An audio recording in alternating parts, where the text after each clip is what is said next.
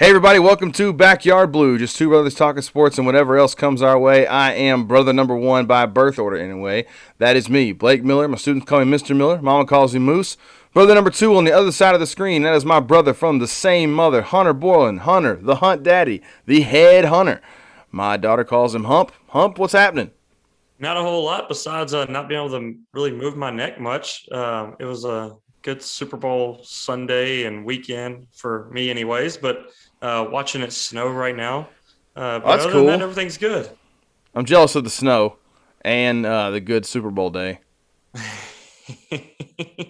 That was rough. I Just can rough only from a Chiefs imagine. fan. I just want to say, I put the hat on, the Cubs hat today because it's officially baseball season.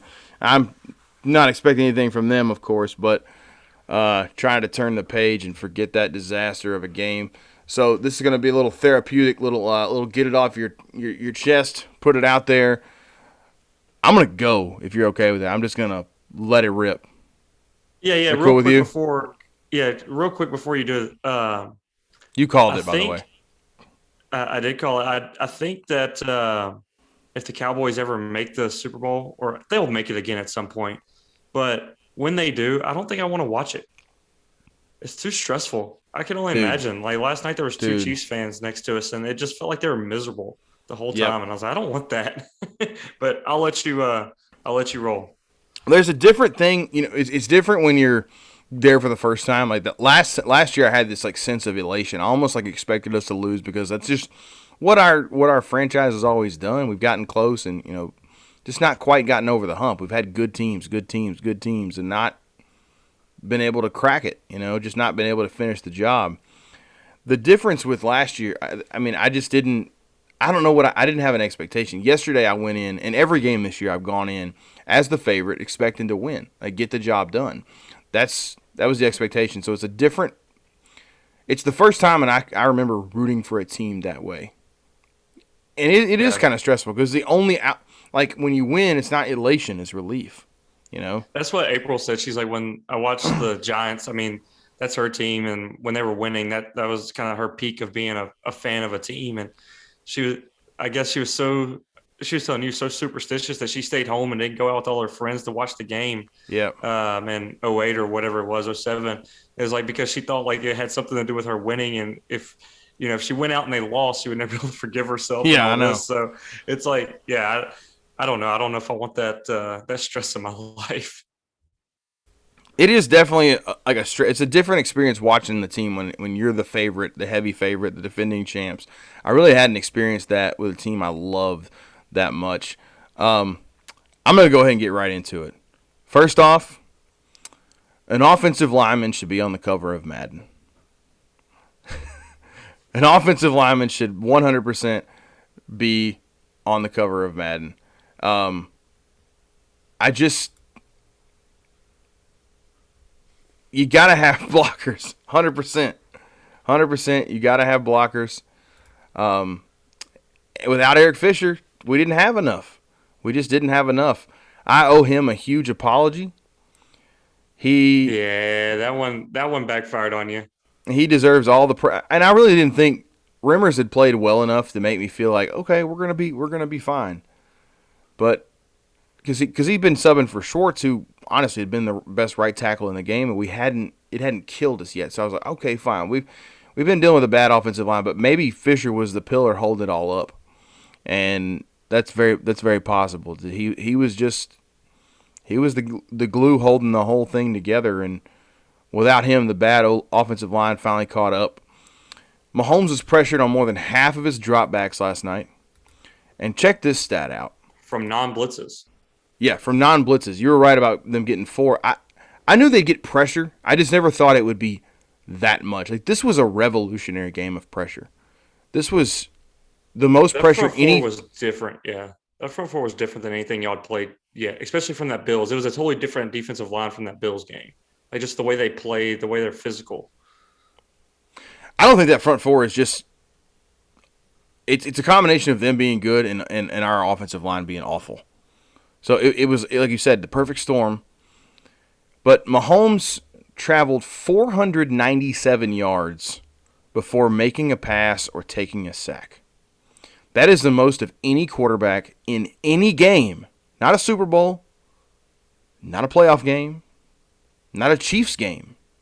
The most in any NFL game since Next Gen Stats started being recorded in 2016. I wonder if some of that, like, I know he was getting pressured a lot, but I think that in his head, he knew I'm going to get pressured.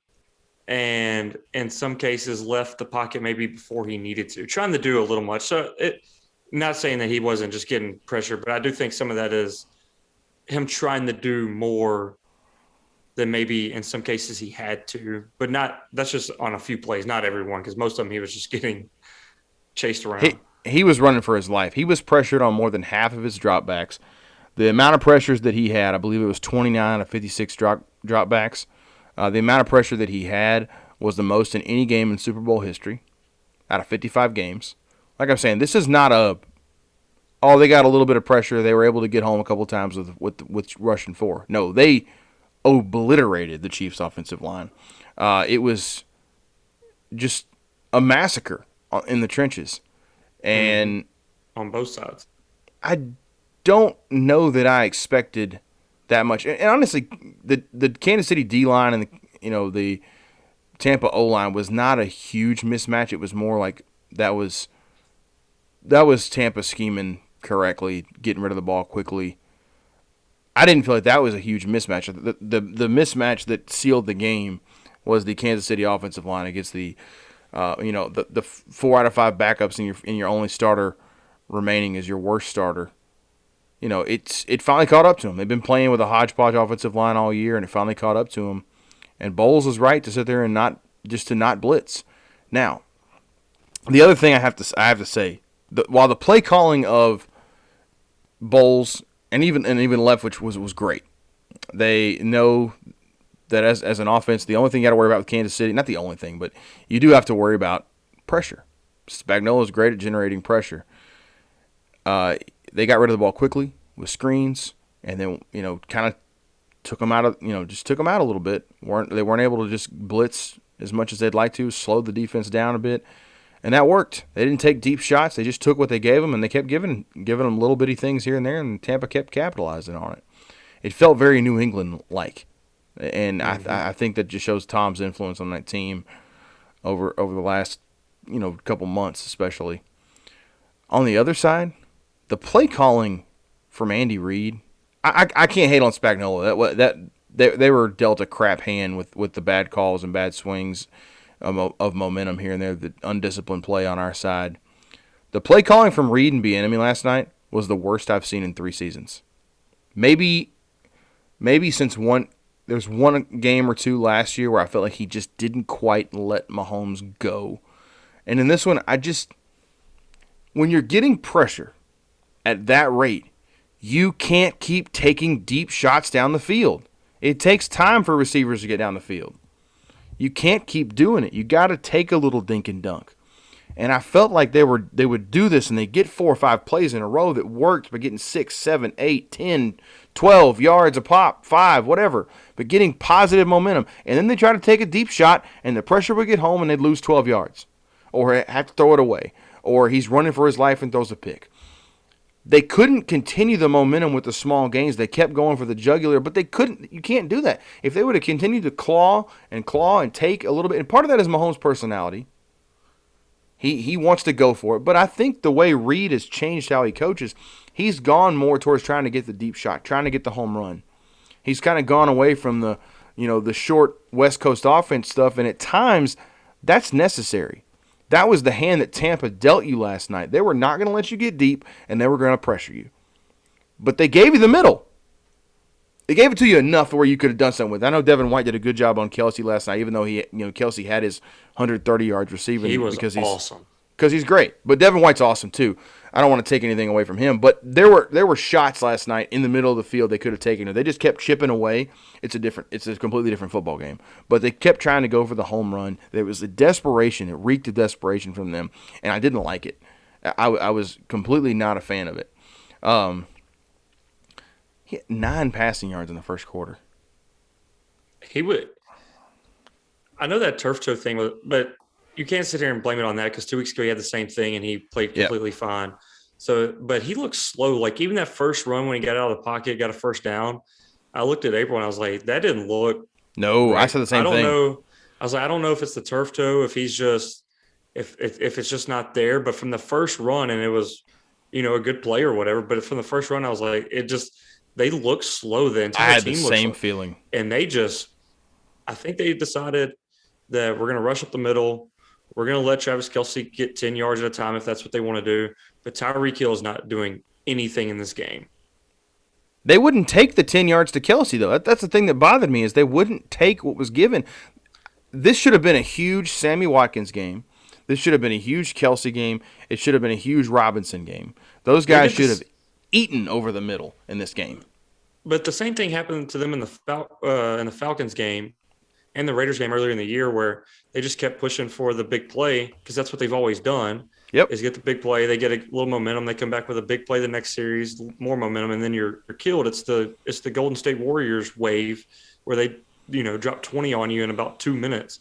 But Tampa was not going to let it happen. You're right. They knew that Mahomes wasn't going to have 5 seconds to make it happen. So you got to give credit to those safeties. They never came up. Even when Edwards-Helaire started running the ball pretty well there at the start of the second half, the safeties never broke their coverage, and they went back and they just weren't going to give it up. And you got to give kudos to the defense for sticking to the game plan because it's easy against a team like the Chiefs to try to make a play and get burned. I think there's no one that could have foreseen. You could have foreseen the Bucs winning. You could have foreseen them getting pressure. I don't think anyone on any planet could have foreseen that amount of pressure and that type of outcome.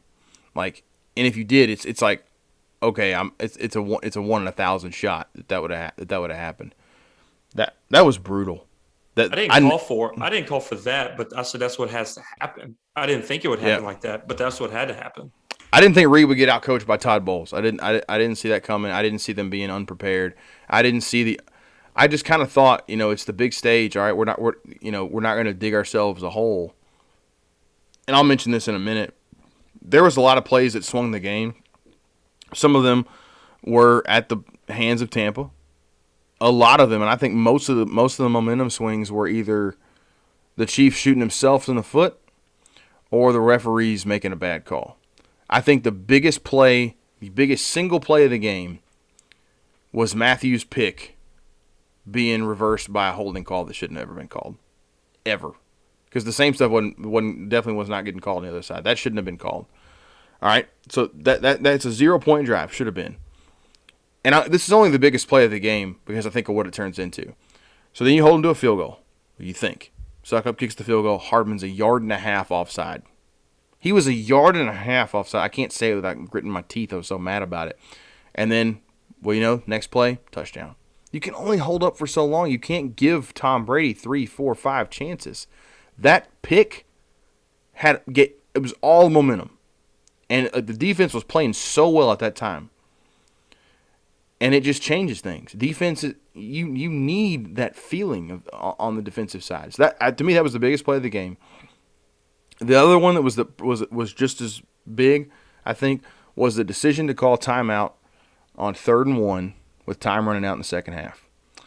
I liked them calling it when they got a negative play or short gain on the first play. Makes sense. Call your timeout. You got Patrick Mahomes, drive the Ferrari.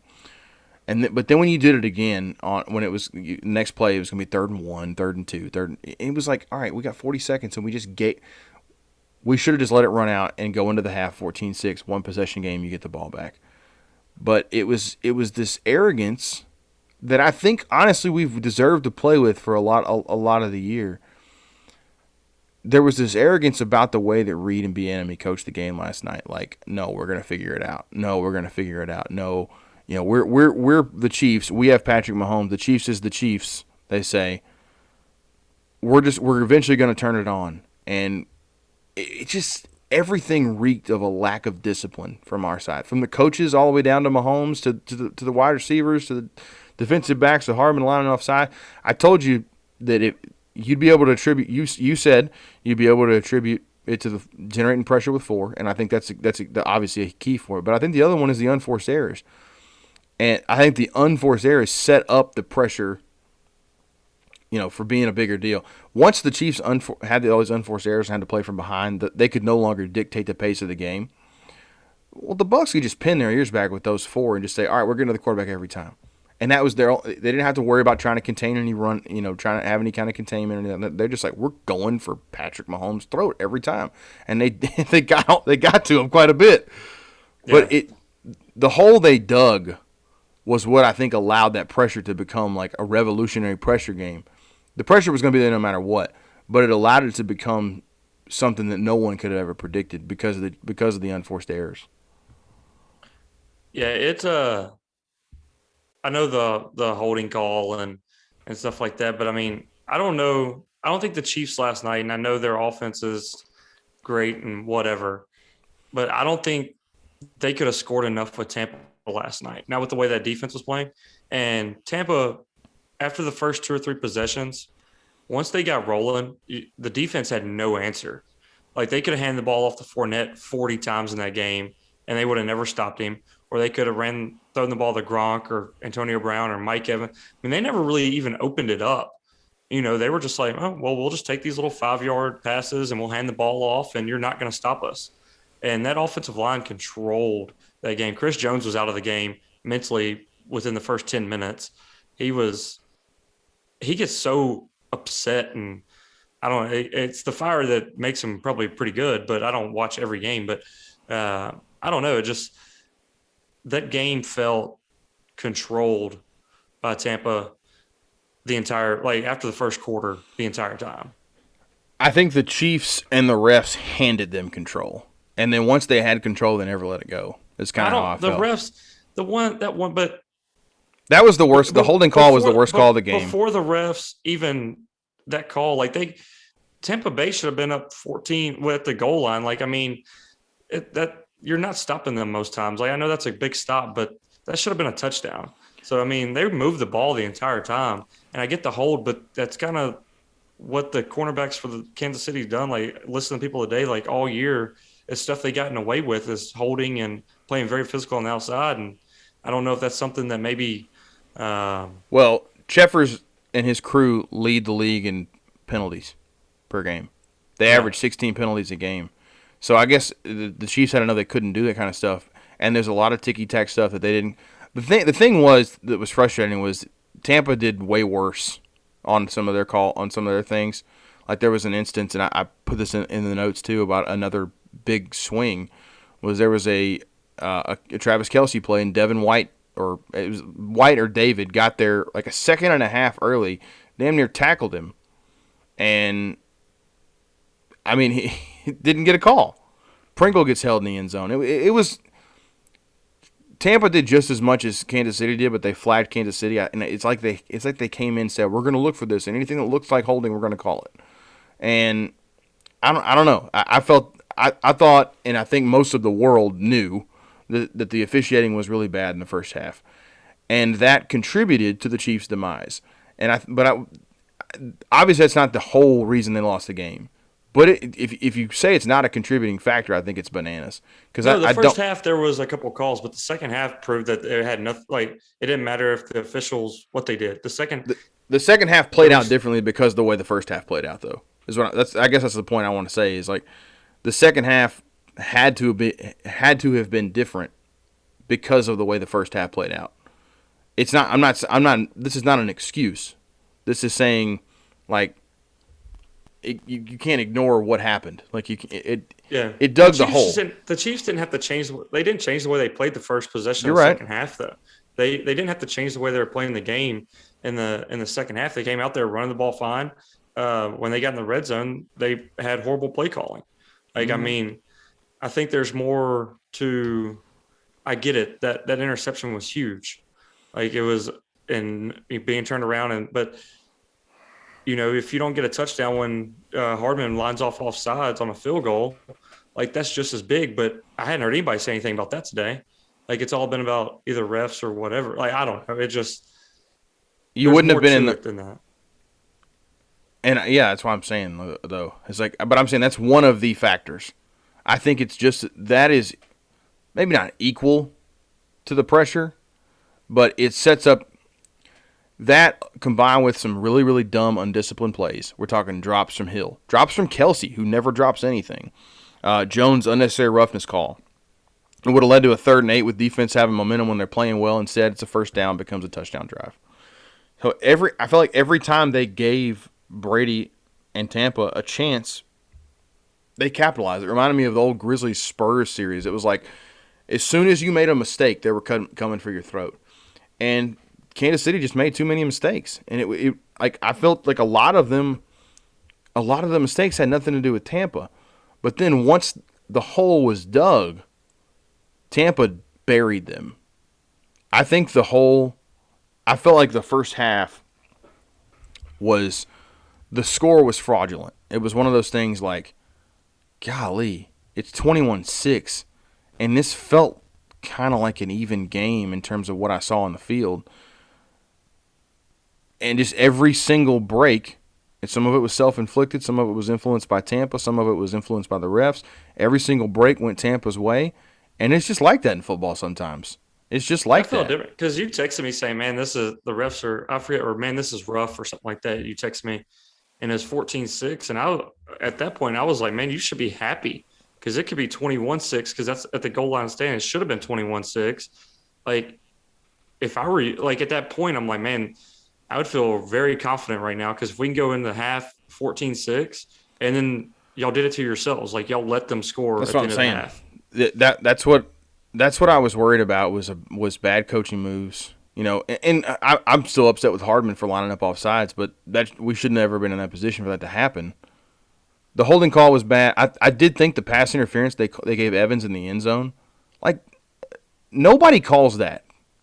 Nobody calls that. Like Evans made just as much contact with Matthew, and then the ball's thrown into basically the second row of the bleachers, and they call it pass interference. That was a rough call.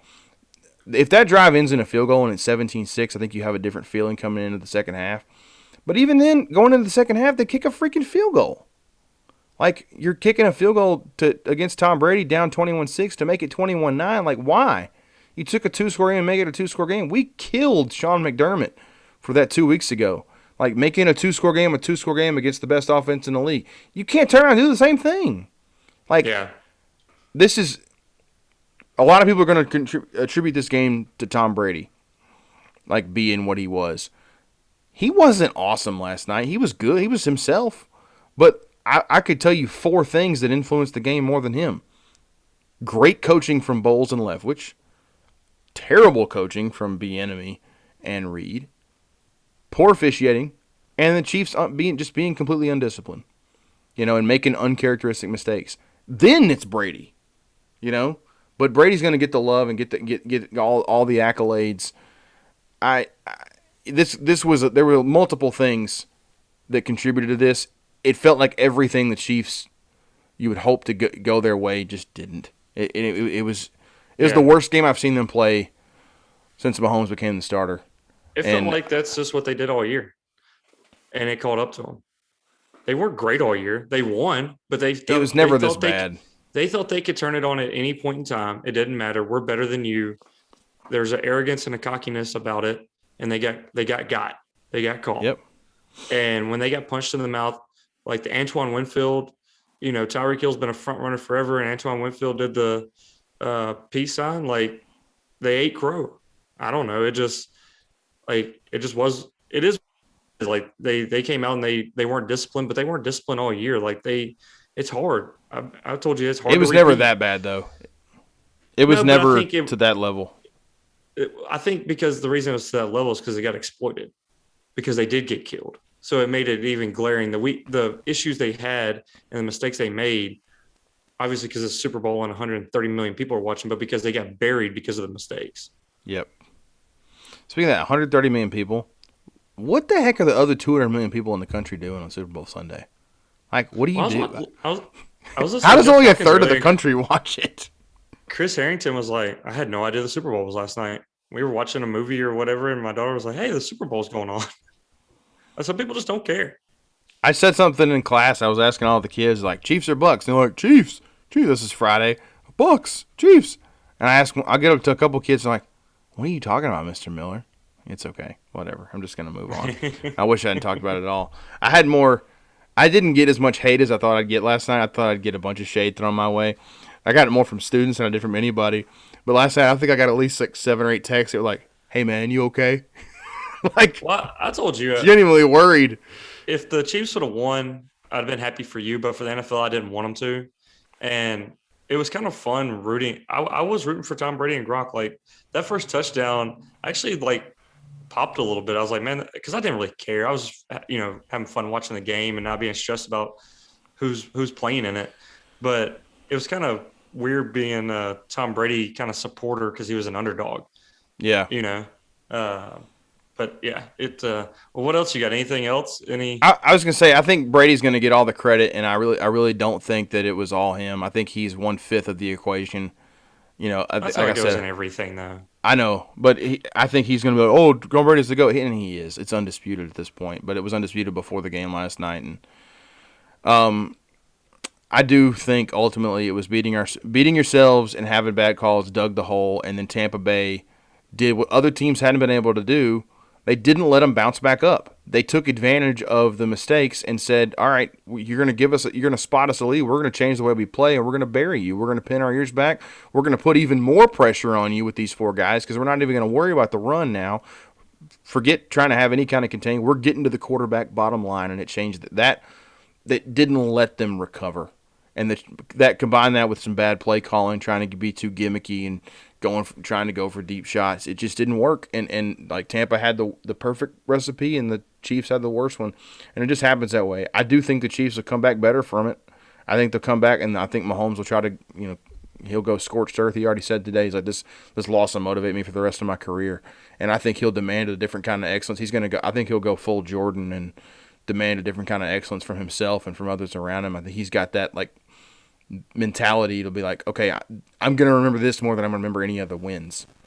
And I think this was said on the radio the other day. I think for Chiefs fans, this is probably not fun, but like you have to look at any season where you don't win a Super Bowl with him as your quarterback, like as a bit of a letdown. Like now you know how Green Bay feels. Yeah, and that's 10 times worse. I wanted to say I still feel very comfortable saying I think Patrick Mahomes is the best quarterback in the league. I don't think there's any reason to slander his performance from last night. I think it was basically 1-11. It felt like he was the only guy who showed up. I think he did get a little panicked in the pocket, if there was a pocket. I mean, it was the most pressure I've ever seen in a game. Like, and I don't, based on the statistics that I've read, it doesn't seem like that was like a reach. It was the most pressure I've ever seen. Biggest mismatch between an offensive line and defensive line that I think I've seen, especially in a big game. It was. If you were a fan of defense, taking down a good offense, this was it. This was it, and it was really impressive. Hats off of Tampa. Coworker of mine and I made a little bet. He said the loser had to stock. He's a huge Bucs fan, and he said the loser had to stock the refrigerator with Coke Zero. So we're drinking Coke Zero at school quite a bit on my dime. But I was happy for him because he's a lifelong Bucs fan. Probably he said he'd been a fan since '95 when they had Trent Dilfer and Eric Rhett. So I know they had their run in the early 2000s, but it's been a while for him. So I was pumped for him. I hate that it came at my expense, but I'd always rather have my team in it than not. What do they do in the offseason is a mystery. I think the defense came a long way for Kansas City this year, and I don't think it was the problem last night. I think they made stop. There were times when it felt like they made stops that had breaks that didn't go their way, and ultimately it was just too much momentum for them to overcome. I think, and I think if I were the Chiefs front office, I would first address the offensive line. If you want to keep the baby goat upright, I think you have to do that. You have to address the offensive line in the draft and probably in free agency. And I think you keep realizing you have the Ferrari, so keep adding weapons out there and give him things to work with. Have some, Continue to add deep threats, guys who can work the middle. Maybe get a second tight end. I don't know, but keep adding weapons because that he's the focal point of your team. Continue to add weapons and give him things to work with. That's all I got. I'm sad, but I know they'll be back. And yeah, I do know that. I feel confident in saying that. If you ask me who's going to the Super Bowl next year, I would say Kansas City. Well, I'll assume they get back. They're favorite already. The odds come out, which I think is so. I know Vegas can put odds out, but like ESPN coming out with power rankings and stuff like that, it's so ridiculous. But who's number one? I think if you're gonna do power rankings for next year, you got to throw Tampa Bay as number one. They just won the Super Bowl, and they're not. They're like number four. It makes no sense. They're losing a lot in free agency, though. That's why they're losing. They can't keep everybody. Yeah, I mean, I don't know. I don't know. Mike Evans already came back, said he's going to restructure his deal so they can't keep a bunch of people. He already said that today. So it'll be interesting. It'll be an interesting offseason. I don't know. I don't keep up with everybody's cap. I keep up with about with the Cowboys, and that's about it. So I don't know what the Chiefs can do as far as adding free agents and it's going to be the like draft for them.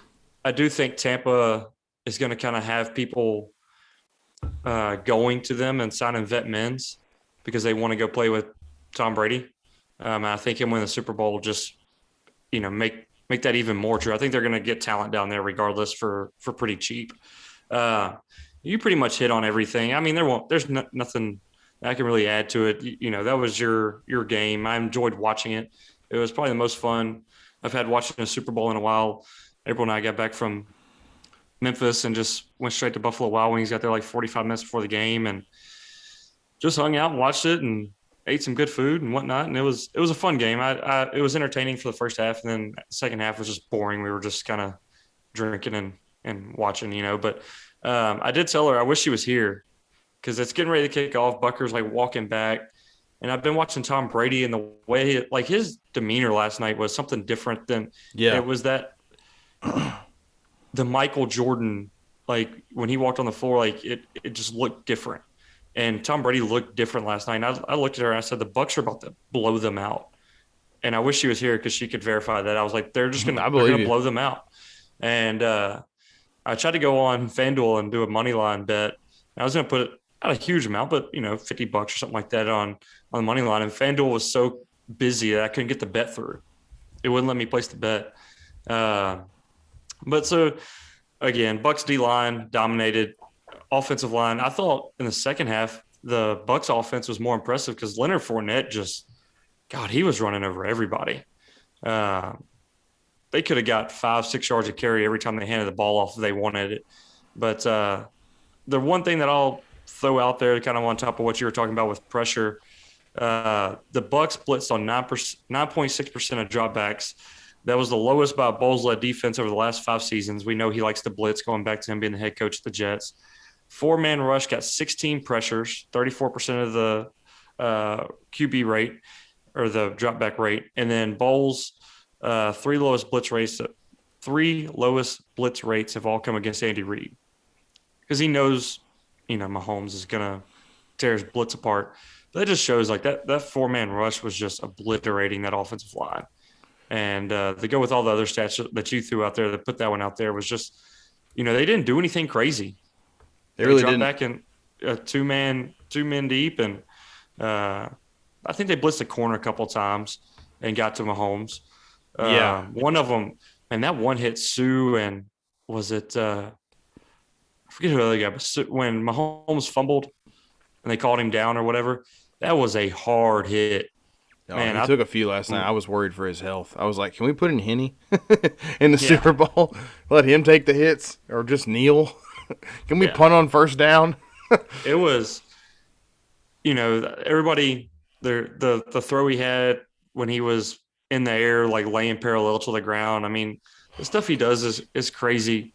But I do think the 1 of 9, in the first quarter, that was before. I mean, there was still pressure in that first quarter, but he was not right in that first quarter. Outside, he had 3 drops in that first quarter too, and like Hardman ran the wrong route a couple times. It was like, come on, man. Like I'm about done with Mecole Hardman too. I love that. I love his speed, but he's such an idiot. Like he He's the dumbest player in the NFL.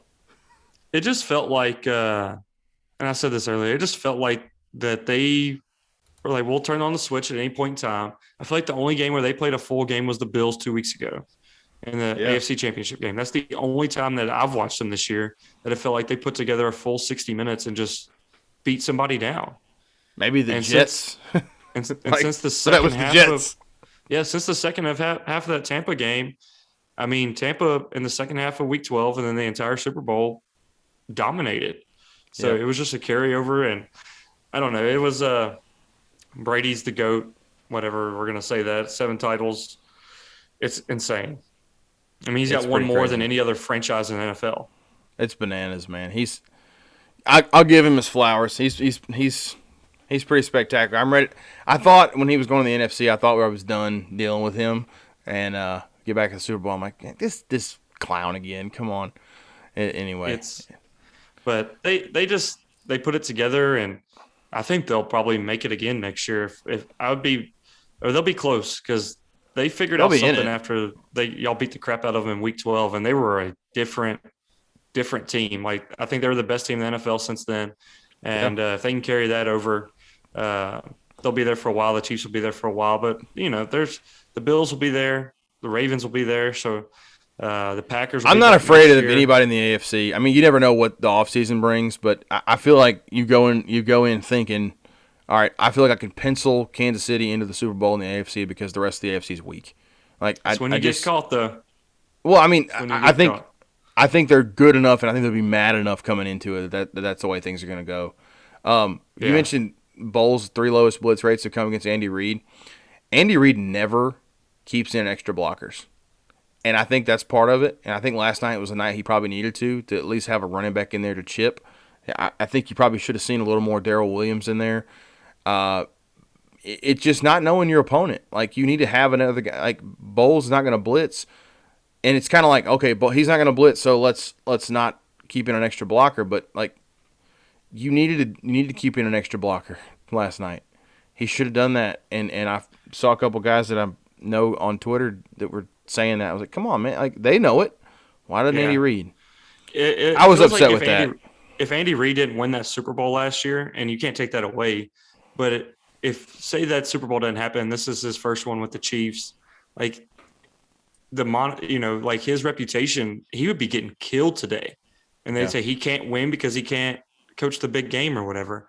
And he got that Super Bowl last year, so nobody's saying that, and I'm not saying that. I think he's an awesome coach. It's just funny how you win last year and he has these things happen in this game last night where he got clearly outcoached. Oh, massively. I've never seen him be more outcoached than he was this time. But I was happy for Bruce Arians. Like, I think he's like him. One of the good dudes in the NFL, and like his mom was there, 95 years old. Like, that was cool. Seeing Byron Leftwich and Todd Bowles win, like, that's cool. I don't know. It was a pretty cool story. 2 things about the Bucs coaches. 1, Bruce Arians, I always get a kick out of his goatee and his mustache, how they're the same size. Like, if you go look at a picture of him, his goatee and his mustache are the same size. And then with Leftwich, the funny thing is, he was drafted after Tom Brady. Like, when was Byron Leftwich drafted, and now he's his coach? Like, when was Byron Leftwich drafted? I have to know this. But I have to know Todd this. Bowles should absolutely be up for another head coaching job. I think He probably will be at he some does point. is probably more to do with the Jets than it is to do with him. Because, I mean, when was the last time the Jets had, besides Rex Ryan? Oh, yeah. I mean, he's like been the only good coach they've had. So, oh well, it's off season now. Now we'll have to figure out stuff to talk about. It's gonna be full Grizzlies probably from here on out. Leftwich was drafted in 2003. That's crazy. He was drafted in 2003. He played to 2012, and he's been a coach since 2017. That's crazy. Isn't it just wild to think that that's like this dude was drafted 4 years after Brady, and now is his coach? It's insane. What Brady's done. He's not human. Even if he's not playing, like you said, he's probably the 5th most important thing that happened in that game last night. But for him to be 43 years old and going out there like that, though, he had to Brown in the end zone. I was listening earlier that Brown ran the wrong route. So he adjusted. Brown was supposed to go outside and cut inside. And he threw a damn dang bullet into Brown. So it's just what he's doing, eating avocado ice cream and doing Pilates, and he's changed the game. Like, everybody needs to get on his program. If you're an athlete, you need to be calling him and figuring out what the heck he does, because it works. Unless he's an alien, but whatever it is, it works. The only guy I remember being this good late in his career in any sport was Barry Bonds, and I think we all know why he was really good, which just makes this Brady run late in his career, even if he wasn't awesome, like, he's just the fact that he's still playing and playing at if he's just playing at a below average level, it'd be impressive, but he's playing at a Pro Bowl level, like he's still a top 7 or 8 quarterback in the league, probably top 5. Yeah, he's won 4 Super Bowls after the age of 36. God bless, man. It's just it's insane. He's won more after the age of 36 than anybody won ever. like the same as Montana and Bradshaw. Said Montana and Bradshaw, you would never get to 4, and he's won 4 after the age of 36. It's insane. So, it was cool. I liked it for Gronk. Like, I think everybody likes Gronk. Like, I really don't know anybody that dislikes him. I really like him. And you called it last week. You said he's going to be a big part of that game, and came out, scored the first 2 touchdowns, and looked or first two of the first 3, and looked like they couldn't hold him. You know, he looked like old Gronk. I wonder if he comes back next year. I think so. I think he'll probably do one. He's coming back to Tampa. He's not going to go play for anybody else except for or with Tom Brady. So it was a good time watching it. It's going to be a long off season, especially for me being a Cowboys fan. Me being a Chiefs fan, man, I had the sour taste in my mouth and thinking like we're the best team in the league, and just didn't show up. Worst game of the last 3 years in the Super Bowl. Like, I did want to touch on a couple things just about the Super Bowl, like the entertainment side of it, because I mean that's a big part of the Super Bowl. I know you probably didn't care too much about watching commercials. You're probably screaming and trying to figure out what the heck's going on, looking at Twitter and beat writers and stuff like that. But starting off with the national anthem, I thought it was a really good national anthem. I love Eric Church, but whoever decided to put those two together, like, it was awesome. I liked it. It was really good.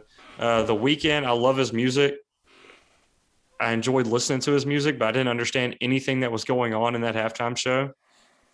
Nope. Like I said, I love the music, but I don't know if you liked any of the commercials. Will Ferrell's electric cars commercial. That was fun. That was hilarious. Yellowstone having a prequel made me pop. I got super excited. I yelled, "Oh!" in the middle of Buffalo Wild Wings. I was pumped up. I heard rumors that was going to happen, but just seeing it was really cool. And then the Mila Kunis, Ashton Kutcher, Shaggy, It Wasn't Me, Cheetos Wasn't me. commercial. That was good. That was hilarious. So there were some good ones. The one that I remember, like, it had to have been earlier in the game when I still had hope. It was, I think it was the one with Matthew McConaughey, where it was the Doritos. Doritos 3D. Flat Matthew McConaughey. Yeah, that one was pretty good. Doritos now in 3D. That was pretty good. I liked that one. I think the Cheetos one was my favorite. It's so interesting seeing all the 90s nostalgia. That's like now your biggest consumer base. I mean, the guy spending the most money. It's our age group, and there's just this 90s nostalgia, and it's fun to watch on TV. I always didn't understand the 80s nostalgia. Why is this stuff on TV? And I know there's probably a generation younger than us that doesn't feel. It's like, why is this stuff on TV? And then you see it, and it's like, okay, this is pretty funny. For us, it's pretty charming. I get it. I got the money to spend on it. Let me go get some Cheetos. I'm ready to go. Cheetos to the moon. The last thing was, if I was gonna do a clip on here and play it and share a video, but then I got caught up doing other stuff and wasn't able to get it prepared to do so. But for anybody that hasn't heard Kevin Harlan, which is the radio guy for ESPN, call the guy streaking onto the field. Oh, it's fantastic. It's probably the funniest 45 seconds I've heard since the last Kevin Harlan streaker play-by-play he did. But him telling him to take off the bra, pull up your pants, be a man. It's so great. It's hilarious. So anybody that listens and whatever, do yourself a favor and go find that clip on YouTube, because somebody linked up the video and the radio call and made a video out of it. It is worth the minute or whatever it is of him calling it. He jukes somebody at the 30, at the 20, and slides down at the 1. Like, It's great. He's so good. I hated the part of that the joke was like, hey, that guy reached the end zone before the Chiefs. I hated that part of last night. I was like, this sucks, man. This sucks. This totally sucks. The two It's things okay. outside of the Super Bowl, Twitter for something like this is the best app Yes. created. When it feels like everybody is watching the same thing, It's and it fun. really only happens, like election night, the Super Bowl. That's really about it. Mandalorian. Like when Tiger Woods was winning the Masters a couple years ago, it only happens for a few things where everybody's watching the same exact thing and everybody just starts getting jokes off and talking about it. Yeah, But it's everybody awesome. using the Weeknd, like walking through the glass or whatever, and coming up with different captions. Patrick Mahomes after the snap. Yeah, it was. I told everyone, I It's said, pretty great. Twitter should charge people on nights like this to log into this app because it was a 4-hour comedy show on that app. So It was gold.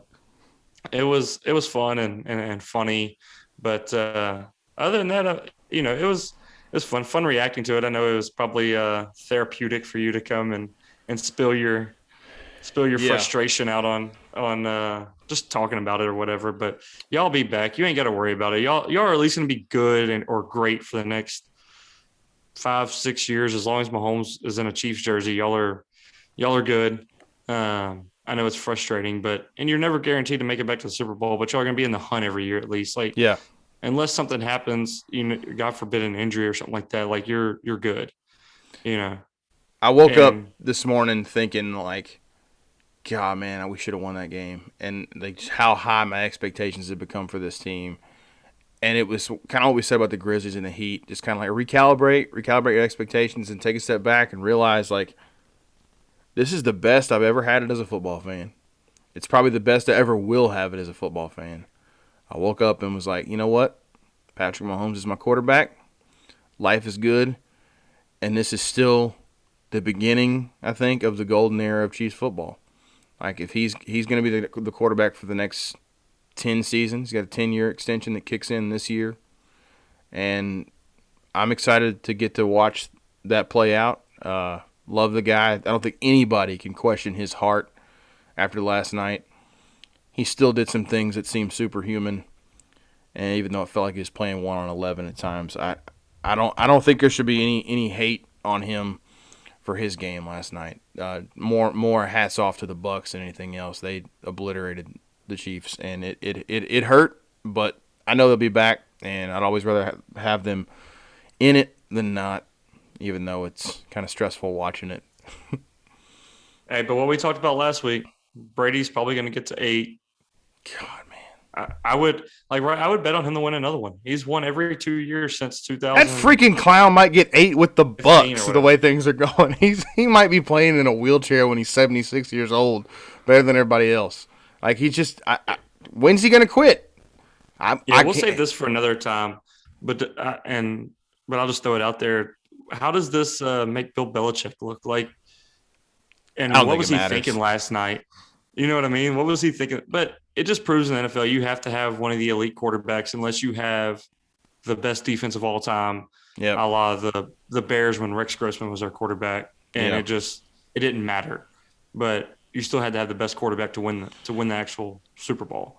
Yeah. So, all right. Well, it was fun. This was good. Hey, everybody. It's baseball season now. No, it's basketball season. But I mean, it's baseball season too, man. Come on. Don't rain on my parade over here. Hey, you got to watch basketball season and baseball season now. You got to watch the Cardinals. The Grizzlies play tonight. Hopefully, Josh snaps out whatever funk he's in. Yeah, come on, let's go. All right. God, he's been bad. All right. Maybe we can talk Grizz later in the week. Looking forward to it. It's baseball season. See you guys. Go Cards. Can't end on that. Go Cubs. Bye, everybody. See ya.